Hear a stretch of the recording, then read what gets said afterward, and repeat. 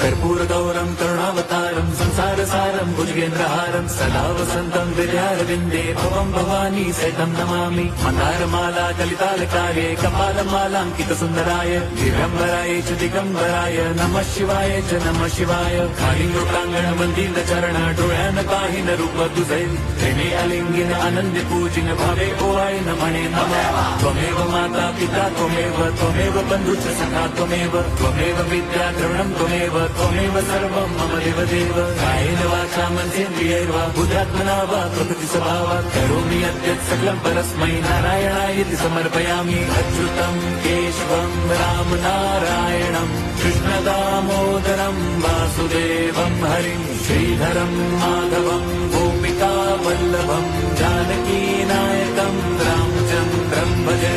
Hare Ram Ram Ram Hare Hare Hare Krishna.